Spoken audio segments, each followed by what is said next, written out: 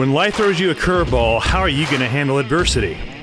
Welcome to the Fearless Mindset Podcast, where you're about to go on a journey as I interview security, business, and entertainment leaders on what it takes to stay fearless. I'm your host, Mark Ledlow, and enjoy today's episode. I'm excited for Texas, for one thing, for the economy to come back. Like, it didn't really die. I mean, oil, gas is still there. I mean, you financial corporations moving into Frisco, Plano, tech moving into Texas for the brilliant tax breaks you're going to be getting. So you see huge migration into Texas. What I see Dallas Fort Worth becoming is the new Los Angeles, as far as population goes, not culture, but the new Los Angeles of business. I can see, my theory, my opinion is Plano, Frisco, well, they'll build up a little bit big. It'll be like a Dubai of the U.S. That's kind of my thoughts, but I could be wrong. Sure. I think that shift has already been happening for a while. People are moving to Texas to do business. After this last set of fires, more people are going to move to Texas. Oh, massively. They're done. Currently, Texans are telling people that we're just north of Amarillo in Oklahoma, actually. Right? Oh, that's funny. So, because, it's like you got to leave your stuff behind and be open to a new culture. This is the whole reason you're moving here. And that's new culture. Yeah, new culture. And I've traveled every state in this country and many other countries. And Texas does remain the friendliest state in the United States. And I'll argue all day long. Hands down. I would agree with that. It was like going to a different world. When I was out there, I'm like, well, I was in culture shock probably a good 3 weeks to a month. And then I started getting used to it. People they talk to you out of the blue. Convenience store workers, people working in the grocery store, they just start talking to you. And it's like, they don't do that in the West Coast. Well, what do you need? I think maybe everybody's just tired and worn out on the West Coast, just getting taxed to death and just they're in survival mode. And there seems to be a peace of mind in the folks in Texas. That's what I thought. Yeah, it's different. But when you go different places, right, it's going to be, that's part of the learning, and that's part of the journey experience, right, is the delta in cultures. And I'd like to go out to wine country. I like to hang out on the Russian River. Right? So there's, could I live there? No. I love going to Manhattan. I have my favorite restaurants I've been going to, and I know the owners of those restaurants for 35 years. And I have a lot of people listening here probably have gone with me to that particular restaurant, and I like walking around Manhattan. And it has its own charm, but I couldn't live there. Yeah, you like your ranch. That's I'd like to be able to walk outside and have hundreds and hundreds of acres, right, of tranquility. Yeah. I must be getting older because that's what I like. I like tranquil peace. That's why I came back to Oregon, just to get away from it all. See the mountains, see the trees, see the river. It just replenishes your brain. I don't know what it is. I just got to find that in Texas. Maybe Austin. Outside of Austin might be the best for that. Way outside of Austin. Way out there. Austin is not the same animal. Look, we always say is a famous bumper sticker. Look, Austin city limits, every great band in the world has come through Austin city limits. And we watched that growing it in the 80s. Yeah. And Austin has its own charm, but there's no amount of money that would get me to Austin, Texas. Love to visit. My favorite places, but we still have the bumper stickers. Keep Austin weird, end quote. Nothing has changed that. Really, I know this is kind of funny. We talk about Austin, but we're strangely enough, I'm a different kind of cowboy in Texas. And I always say, well, who do you identify like what? And I say, oh, Willie Nelson. I'm pretty much a cowboy hippie because I have both sides of that in me.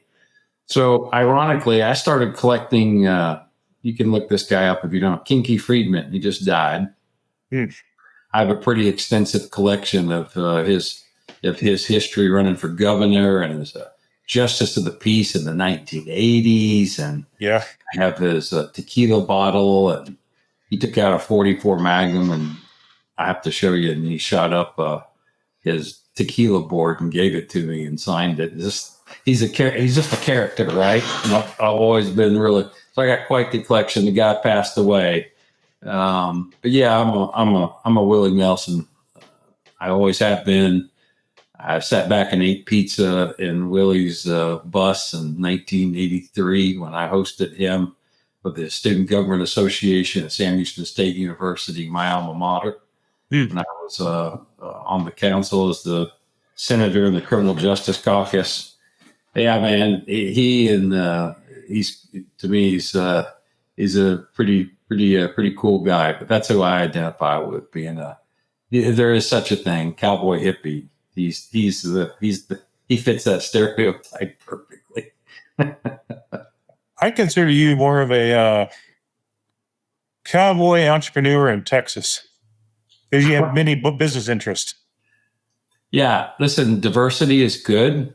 I like it in all forms: people, food, and business portfolios. And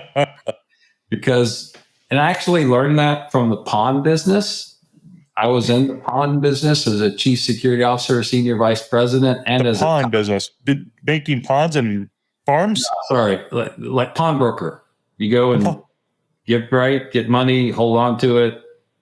So that business issue. Think of it as I came to learn after working there many years. I was in law enforcement. My early days, I worked off duty to learn the security world. I only worked one uniformed off-duty job when I was in Colorado. That's it. Just one with the CU football team. I got to go to the Orange Bowl under Coach Mack back in the 90s, played Notre Dame.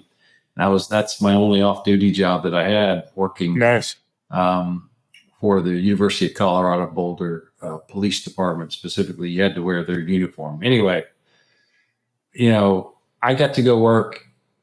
A friend of mine had a pawn shop in town, and I was the crime prevention officer. And he asked me, "Hey, can you do like security work or whatever?" Security work, I don't do uniform stuff. He goes, No. We need like a security director kind of thing. And then they go on, "Oh, okay." And I learned a little bit more. And so he hired me, and I could make all the money I wanted. And I learned about the security business. That was in the 80s. I joined ASIS International because law enforcement looked at crime as crime, but businesses, it was risk and loss, right? And I needed to translate that. And ASIS International got me there. That's where I all started in ASIS, Denver Mile High chapter. Got my CPP as a cop in the 80s. Wow. I had to fly to Dallas to go take the test. How many years ago was that? 1947. I don't know. 1947? I think it was 80 something. So yeah, definitely somewhere between 85 and 90. That I can tell you for sure. Wow. Was the test different than it is now? CPT? Oh, yeah. It was 600 questions, 6 Scantrons, 100 questions each. Whoa. That's what I remember. But it was great. I mean, I could learn and apply. So that's how I learned about the pawn business, and that it was a poor man's bank. I don't mean that derogatory, but people can't go to a regular bank, right? Financing, so they went to the pawn shop. So the whole point of sharing this whole story is what I learned about diversity and diversifying in portfolios. Listen, when the economy was bad, pawn business good. When the economy's good, it's even better. That works.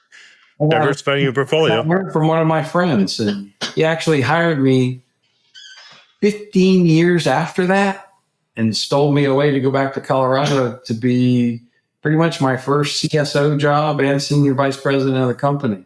So we built up a whole bunch of stores and we sold them all. So that's when I learned about business. You talk about doing business and stuff, right? I knew a P&L backwards as well as OSHA and everything else. So you're a numbers guy. Huh? Are you a numbers guy? Google, you like Excel spreadsheets and stuff? Yeah, No. yeah.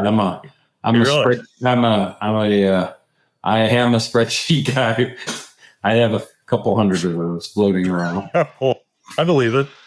You mean, I saw the spreadsheet when we were in Orlando. Your wife had the spreadsheet. So I'm like, whoa, that's crazy. That's like organization to the max. Well, I lost Jessica. I had a personal assistant as part of my model for 15 years. And, Okay. and Jessica was, my assistant, and she, for my operations. And I finally decided in life not to, part of my divesting, I was telling you, trying to it's going to take me about 5 years to slow down, 5 to 7 years. It's, as fast as I roll, it's pretty tough for me to slow down. I like to work. My dad, we just all come from a strong work ethic. The work ethic. Do you think the work ethic is dying down in the new generation? Yeah. But why is that? A lot of people will say, no, our youth, and the answer is no. But there are exceptions to be found in young professionals and younger folks based on how they're raised, where they live, their DNA makeup, expectations by parents, good home life. Mm-hmm. It's not just one thing. Everything's a combination of things. And if you take all that into perspective, then you'll better react to things and handle things in life. So, but I think there are exceptions of kids out there. But I mean, come on, man. My grandpa was a kid. I mean, he wasn't even an adult when he was in the war. Right? He was 16. Like a lot of them, they all lied to go fight in the war. And then my dad's generation, they were doing crazy stuff. And then my generation, I didn't wear a seatbelt in a car or wear a helmet on a bicycle. None of us did. Don't get me wrong. I don't want anybody to misinterpret. Right. My child should ride a bicycle, not a helmet. No, I am all about safety and security. But I'm just saying, because we live that way, you too, right? We crashed on our bike, we bled out, but we took dirt and packed it into our skin and kept going. That's Toughness. Just the way it was. Mentally tough. Living through that experience and all the other stuff makes me respond the way that I do when you ask me about youth in the future, because they don't have to experience that. So they didn't get the learning out of it that we did. So that's why we always say, I walked a mile in the snow to school. I actually did in Alaska when I snow skied, cross country skiing, right? Is what I meant to say, to get to school, and loved it every day in 0 to -15 in Anchorage, Alaska. Loved every minute of it. And listen, how dumb are we? I used to throw snowballs strategically at moose. Little did I know I could have been stomped to death, but I put enough trees between me and the moose.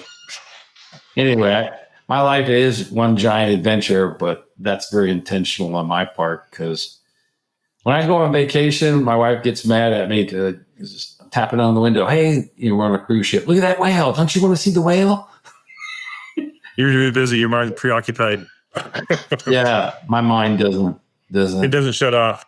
It doesn't shut off. It's really, really hard for me because I'm full of ideas, and then I want to execute on the ideas. And you're very creative. Almost arts. Would you say artsy creative? Just creative. You like to create things, build things. Very well. I don't either. I didn't make it through art class. I think I dropped out in art class in high school. Listen, wasn't my thing. We like to go big in Texas. We have our own pencil, right? That's a big pencil. Big contracts. This is one's for big contracts, right? So we like to think big.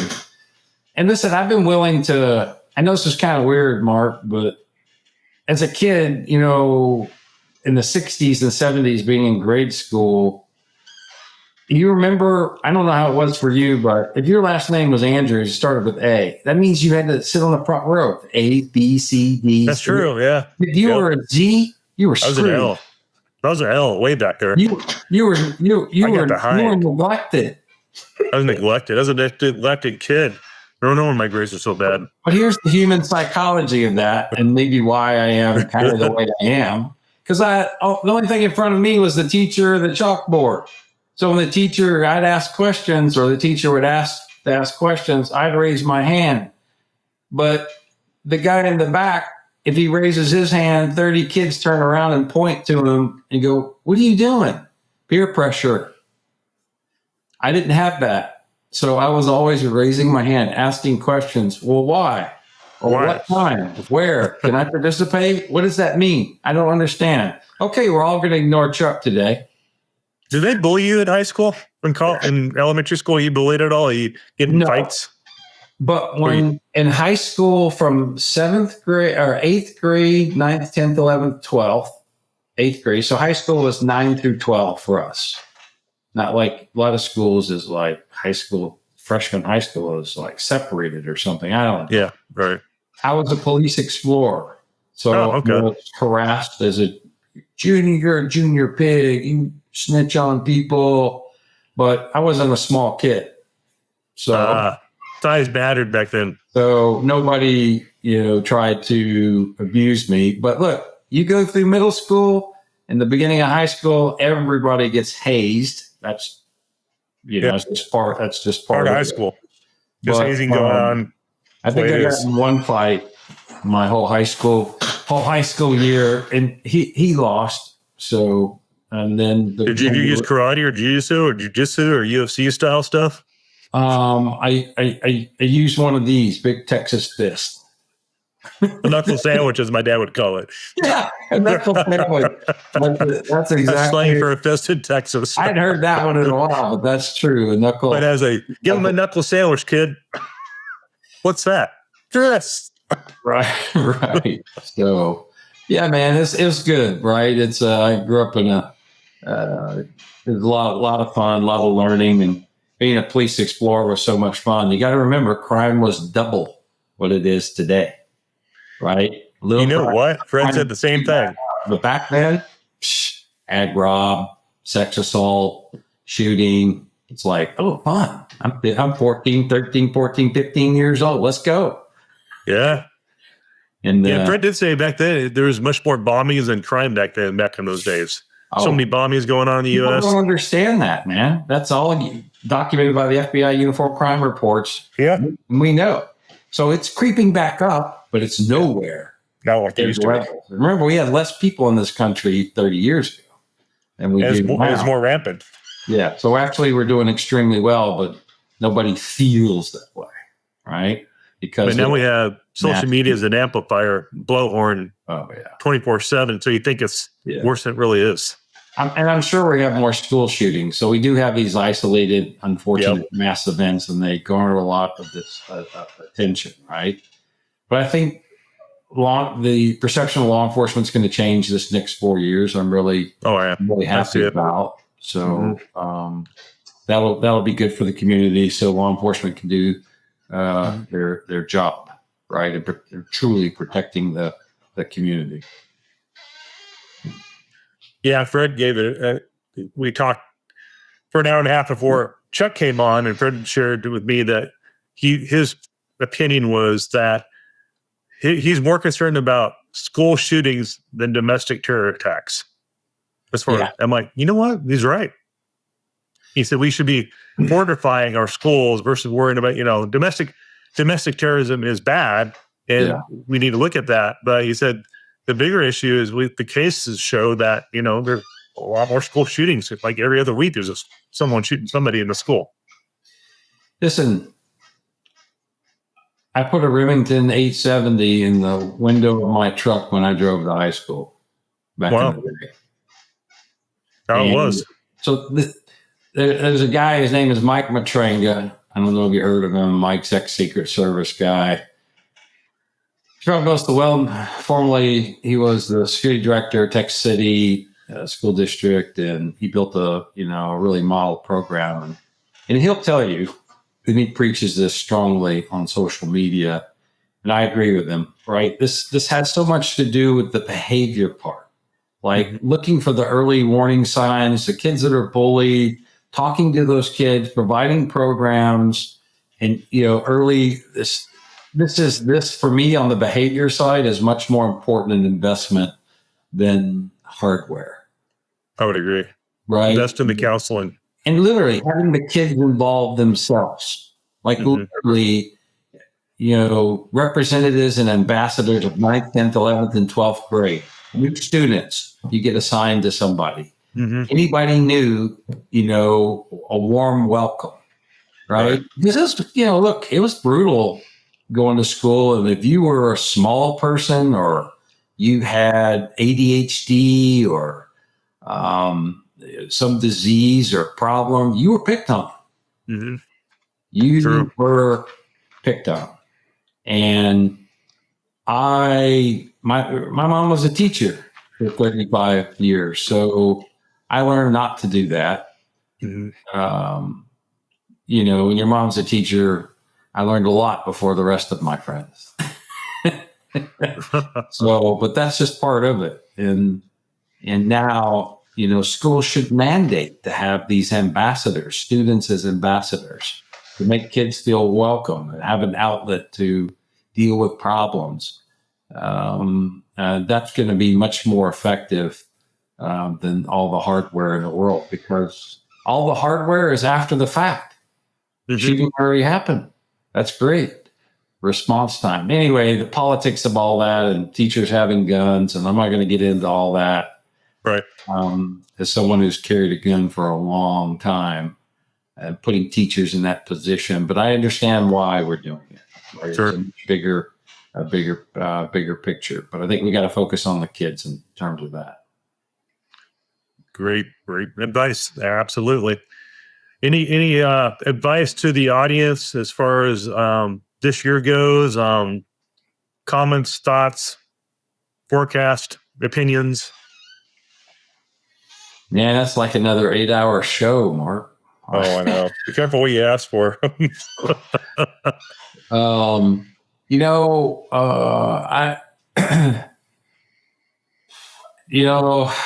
New administration, I'm going to tell you, pay attention, right, to changes and try to keep up with all these executive orders. And there's a lot that could affect you. So you better be on top of keeping up with all that information if you're going to work in the security business, right, to defend yourself in terms of good business decisions and to be proactive, right, so that you're not constantly in survival mode, but you're in, thriving mode. That's where you want to be. You got to stay informed. And then that takes a lot of work. It goes back to where we started. Maintenance. You got to read the paper and read and digest, different bits of information. And then lastly is just take the time to verify the sources and know that what you're acting on is reliable or accurate for whatever it is that you're doing. Because with AI, you're going to be fooled in a very big way. Big decisions are going to be made and you'll have no idea what's going on. Clearly somebody needs a bone. Throw the dog a bone, Mark. Do you hear that? Going to the bone.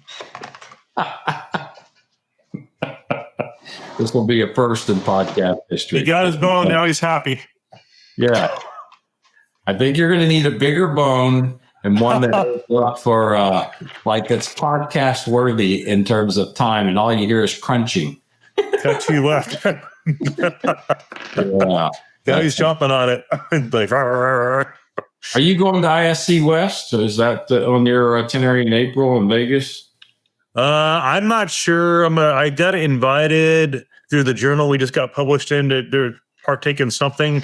So we'll see. I'm going to be spending a lot of time in Texas in April and getting a lot of meetings we got planned with some potential clients out there. So I'm going to try and make it, but we'll see. I think what you're talking about is SJA, Security Journal Americas, is doing their first CSO. Is that what that is? Chicago, I think. That's it. Yeah, they hit me up about that. Yeah, I think they got that going. It's a 1 day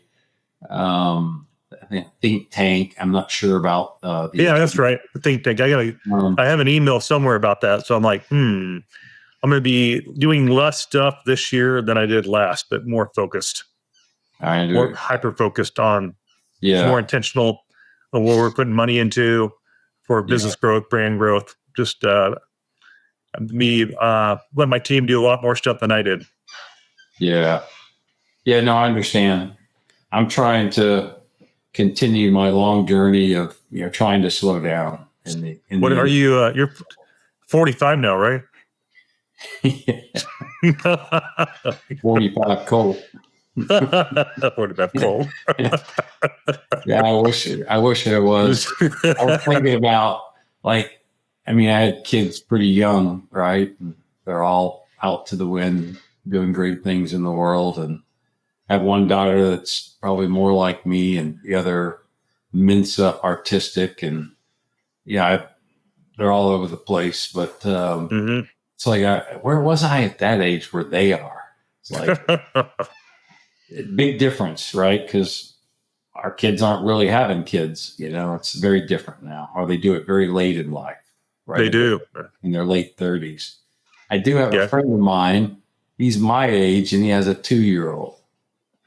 Wow. I said, Charlie, God bless you, man. He says it keeps him young, as if you had a choice. And right. Cute kid. They had a great life, and says, man, I don't know how you did it, man, or do it.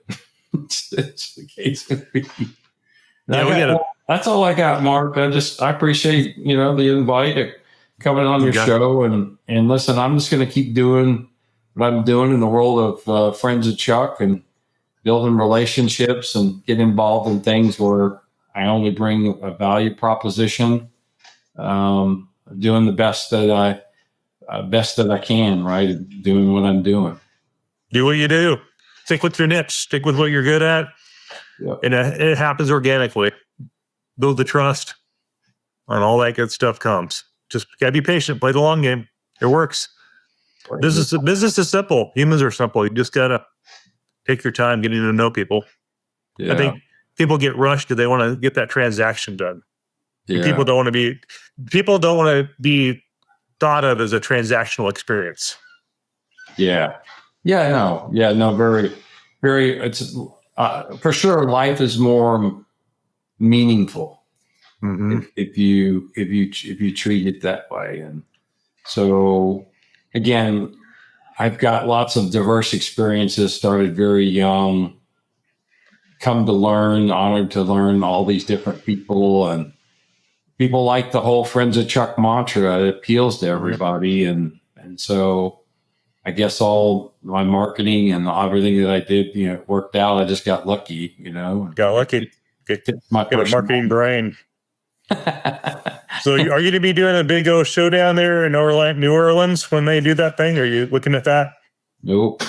10 years. Yeah. So here's what's going on.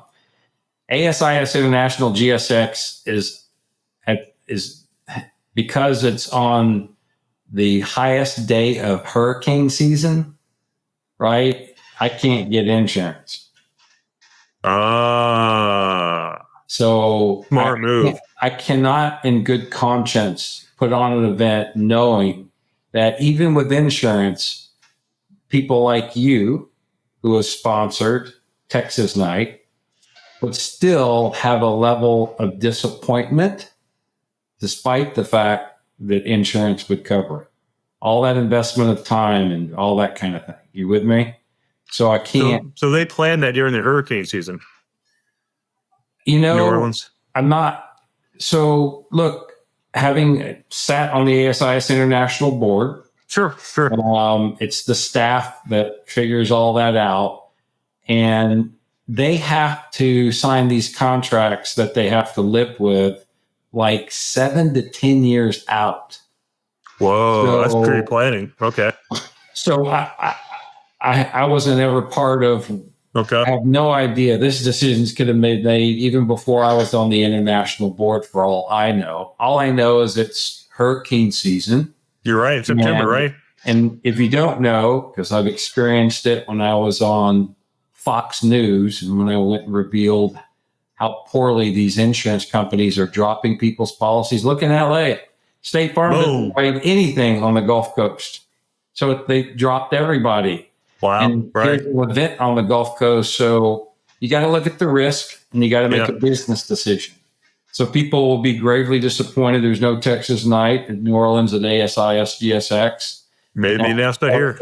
Insurance and risk. And I don't want to disappoint vendors. I don't want to disappoint you or any other people who put up the money to do it because, I can't ask people to say, oh, well, if it rains and wind and flood surge and you're just out the money.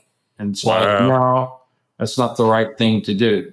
So, but look, I'll probably have a gathering of security directors and CSOs, maybe something, I don't know, something small that, but to put on the amount of energy and time, I've done this 10 years. It's a lot. And, Gillies, Dallas 2 years ago was the biggest and the best with 4,000 people. That was a party, man.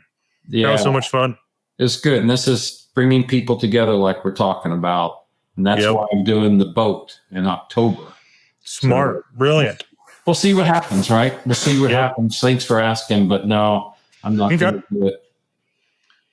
Brilliant move, my friend. Now I get why you did what you did. Okay, it makes sense now. Okay. Yeah. And listen, for the record, not speaking disparagingly, ASIS has a lot of moving parts when they make these decisions. These events are huge, and I have a pretty good taste of what it takes to put one on.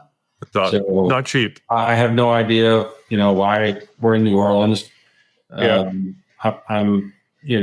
Orleans has been in the news lately. Oh yeah. Yeah, it's pretty. I'm interested to see what they find out on that guy at the Trump Tower that blew up the Tesla. I'm really curious about that and the shooter. I want to know who these folks really were. Yeah, unless you do it yourself, I've come to learn that you're really never going to know. Probably not. You're probably right. A legitimate motive that's been validated, right? So exactly. As part of that. So, but look, New Orleans has again its own culture and charm, and all the Bourbon Street and it's a different kind of place and great, some of the best jazz music in the country and food. Got the best food, right? So there's lots to do when people get down there for GSX. So I'll come. So obviously, as I always do, and support ASIS International and GSX, and we just won't be able to do a Texas night this year. That's all. Yeah, we're an active member of FASA. They do a lot for the industry. We're always part of helping out, doing what we can for the organization. So we love what they do. A big shout out to the ASIS folks, what they do to keep the standard of the industry up. And Chuck, where can people find you? Under the hat. Listen, the best way to communicate with me, and I've instituted a new policy in 2025, unless there is an exception to it, and that's through other validation methods, but LinkedIn. Okay. Right. Just find me on LinkedIn. I'm not hard to find. I look just like this. Okay. That is your logo. That's your brand. Yep. Just find me there. Send me a note. I will, if you'll allow me to tell people, please get the check mark. Please, for the love of God, get verified, because LinkedIn is out of control with all the hacks. It's unbelievable. So I have a copy paste response to some people saying, "Hey, unless you're verified, I can't accept you. It's too risky now." And I'm tired of dealing with it. So if they don't have a check mark, I move on to LinkedIn. Unless I can verify them through, maybe they're an ASIS International member or other source. Which, especially if, look, if I'm already connected to the Lee Ottens of the world, right? It's like, oh, it's Lee. Yeah. Right. Because I've met you before and can validate. But now with the advent of AI, I don't know how that's going to make. It's going to be tough to discern now. Good point. Who's who, right? Is part of it. So I probably need to get a check mark too. To it, man. It's gonna. Looking forward to seeing you next. I don't know when am I going to see you next. I'll be out there, and I got the ONTIC Summit, going to that. And then we got the TEP going to that. And then probably slowed down a little bit. Going to be ATAP is next week in Orlando. And then head down to the South Beach area of Miami for some business meetings. And then, Texas in April, March. And then before it gets hot, head back to Oregon and hit the river. Yeah. I need to come up and see you. I'd like to do some. Come on up. We talk about some fishing. Yep. Right? Come on up. Get a boat and put it in. And summer times are amazing in Southern Oregon. I tell people, most people in the United States, all they know about Oregon is it's wet.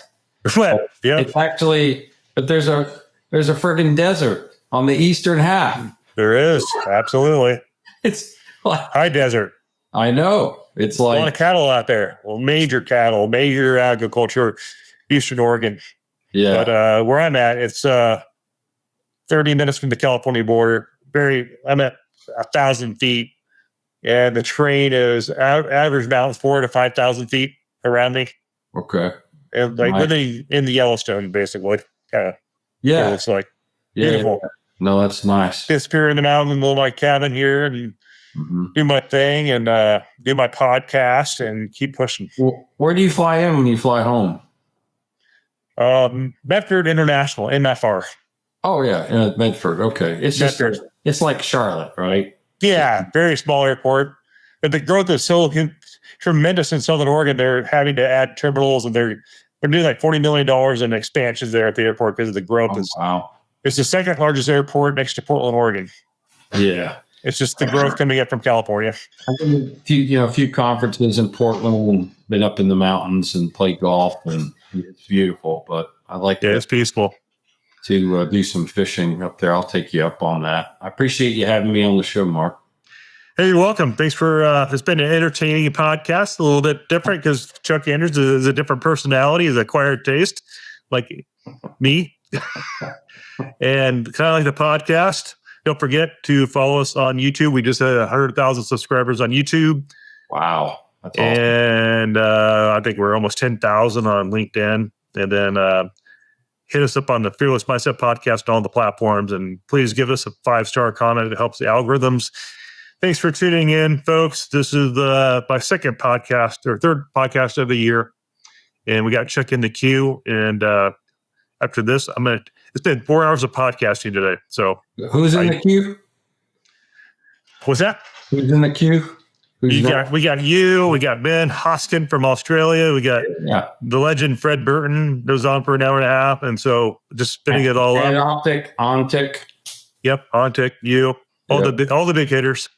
Yeah. No, Fred's. I always enjoy anything he writes or does. Brilliant mind and intelligence. Yeah. No, he is a walking analyst. Operations center guy. He really does a lot of brilliant going on. So look forward to watching that one. Thanks again, Mark. Too. Appreciate it, bud. Thanks for joining us, and we'll catch you guys all in the next episode of the Fearless Mindset. Thanks for tuning in. See you soon.